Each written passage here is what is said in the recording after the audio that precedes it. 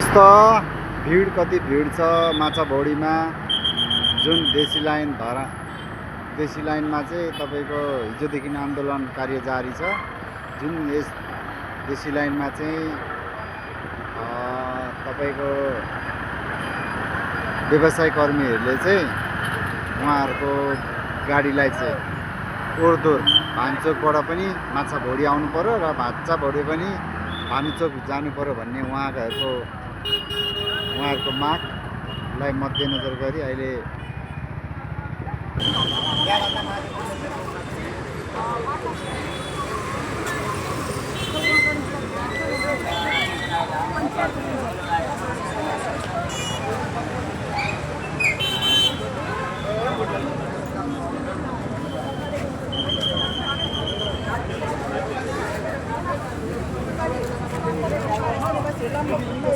प्रतिनिधि पठाइदिएर एकजना कर्मचारी भए नि त भन्नु सक्नुहुन्छ नि त तपाईँहरू त रमेश दाइ त बाटो नगर्ने हो होइन।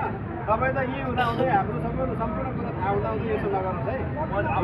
यो चाहिँ हामीलाई ऐन र बेगालाई हराउनको महानगरपालिकाको कार्यभार लिएर 11 त्यो विषयमा छलफलको लागि एउटा चाहिँ तपाईँको विभागीय कर्मचारी पठाउन सक्छ, तपाईँले चाहिँ कार्यपालिका सदस्य पठाउन सक्छ होइन।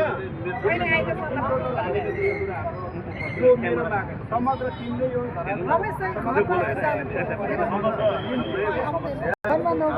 प्रतिनिधि हो। हामीले थाहा हुँदा यहीँबाट सल्लाह गरेर नगरौँ यति तपाईँहरू समस्या समाधान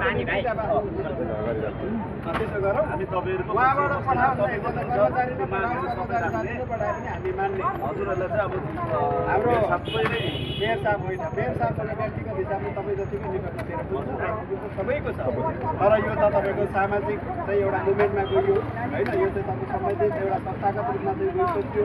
यहाँको नागरिक समाजको कुरो होला, संस्थाको कुरो होला होइन। सबै कुरोहरू तपाईँ हामी उठाउँदै यो कुरोमा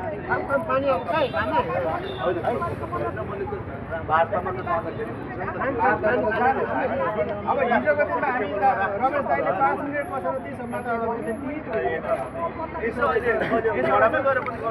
दाइको अवधारणा भन्ने हुन्छ। तर हामी यता बाटोमा आएपछि पुलिस प्रशासन सबै लगाएर धर्मघट गरेपछि मान्छे कहाँ हुन्छ, बाध्यकारी भएर कहाँ हुन्छ।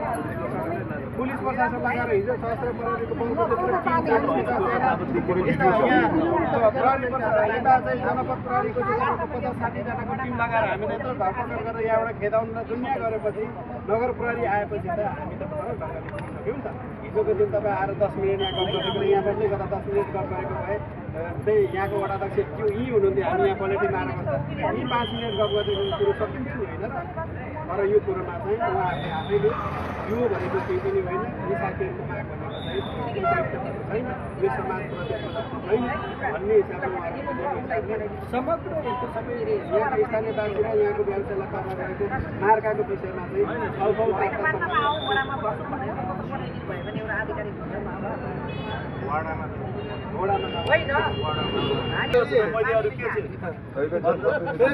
तपाईँले जनप्रतिनिधि मानेर हामी जानेवाला छैन।